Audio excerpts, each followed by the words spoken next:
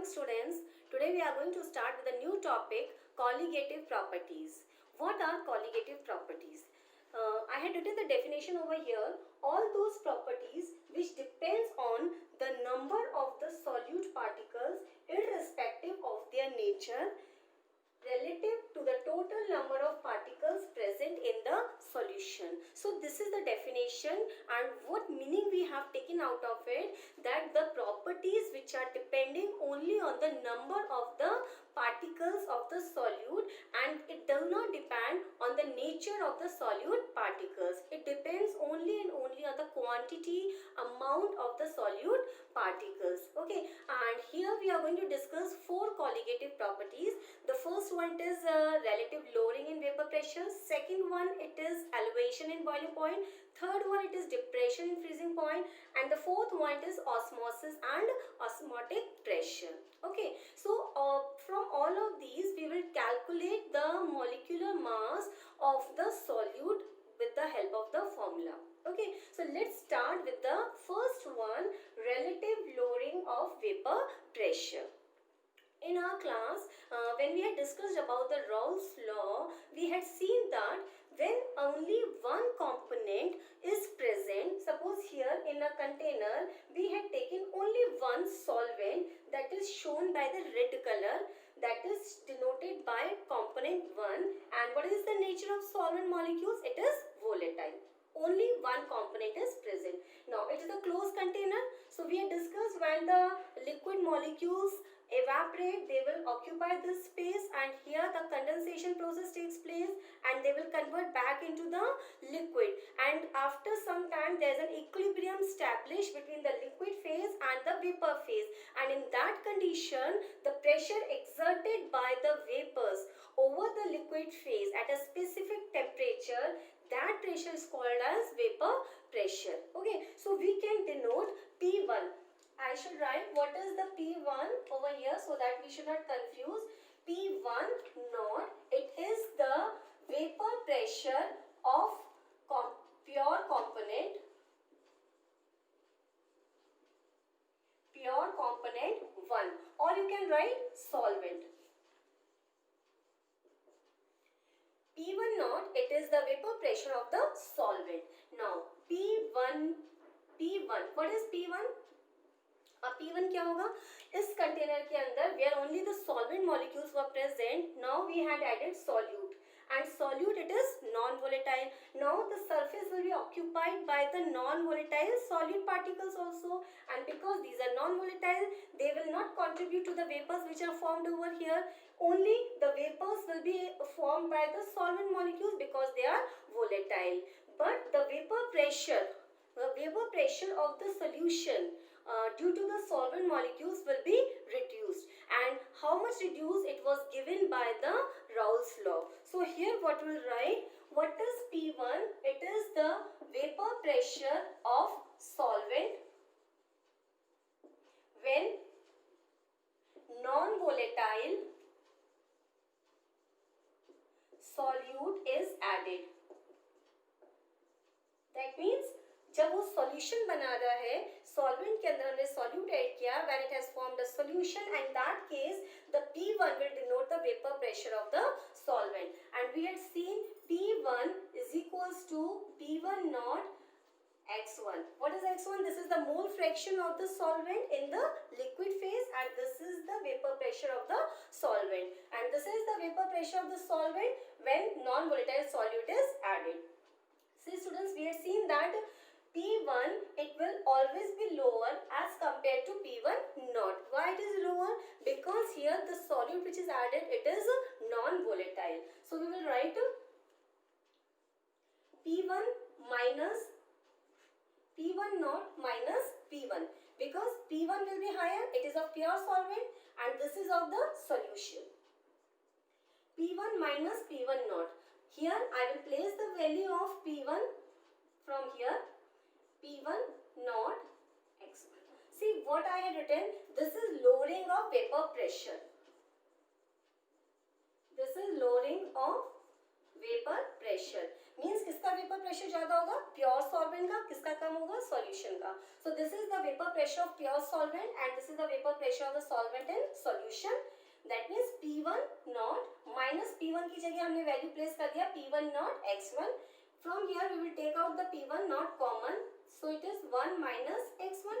Now we know that mole fraction of 1 and 2 component will be equals to 1. So we can write like this, P1 not x2. What is x2? It is the mole fraction of component 2. So I will write here x1 and x2. This is the mole fraction of solute. बेटा हमेशा याद रखो 1 हम किसके लिए ले रहे हैं, सॉल्वेंट के लिए, एंड 2 ले रहे हैं हम सॉल्यूट के लिए. So it will be mole fraction of solute. Okay, now this is del P. Okay, and here if you are writing this this is the lowering of vapor pressure, and if we have to find out relative lowering of vapor pressure, then we will divide it by the vapor pressure of the pure component.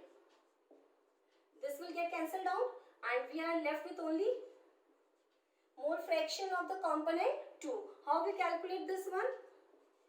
N2 upon N1 plus N2. Okay, now for the dilute solutions, जो हमारी solute की जो number of moles है, it can be negligible as compared to the number of moles of solvent. So we can write here for dilute solutions, N1 it is very much in number as compared to the number of solute particles. So for dilute solution, so what we can write it like this also, N2 upon N1. Okay, number of moles हम कैसे निकालते हैं, mass in grams upon molar mass. Okay, so we will write like this now, P1 naught minus P1 upon P1 naught is equals to N2 की जगह हम क्या लिख दें, W2 upon M2. N1 की जगह हम क्या लिख दें, W1 into M2. Okay, so here we have got this formula to find out the relative lowering in the vapor pressure. This is the lowering of vapor pressure, and when we divide it with the vapor pressure of the pure component, we get the relative lowering of vapor pressure. Now students, I will take one example from the book so that you can do the numericals further. Vapor pressure of pure water at 298 Kelvin is 23.8 mmHg. Pure water का जो pressure है, vapour pressure P1 naught, it is 23.8 mmHg. Fine. Then 50 gram of urea, 50 gram of urea, that means W2 is added in 850 gram of water. 850 gram of water means W1. Water is solvent. So 1, 850 gram. Now calculate the vapor pressure of water for this solution and its relative lowering. Calculate the vapor pressure of water.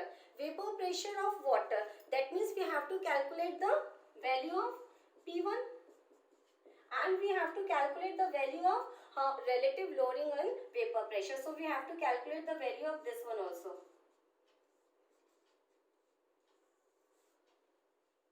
Okay. Now this W2, what is the solid we had added? Urea. And what is the formula of urea? NH2CO NH2. If you will calculate the molar mass, it will come out to be 60. Calculate कर लो, 14 14 and 2 and 2 4, carbon 12 and oxygen 16. Calculate करोगे तो 60 आ जाएगा. W1 water के लिए है, so M1 will be, M1 क्या हो जाएगा हमारा 18. Okay. अच्छा, अब जब भी देखो students, whenever you are provided with the number of moles, अब देखो यहाँ से आप number of moles दोनों के कैलकुलेट कर सकते हो, कोई प्रॉब्लम नहीं है. यहाँ से 50 upon 60 और यहाँ पे आप कैलकुलेट करोगे 850 upon 18. नंबर ऑफ मोल्स दोनों की वैल्यू आ गई. Whenever in a question the number of moles of both the components solvent and solute are given, you will place the values in both. That means you will be using this formula. Don't neglect the solute particles. You will use this formula for calculating the relative loading in vapor pressure. Okay, so यहाँ पे N2 की value place कर देना, N1 N2 दोनों हम calculate कर लेंगे यहाँ से.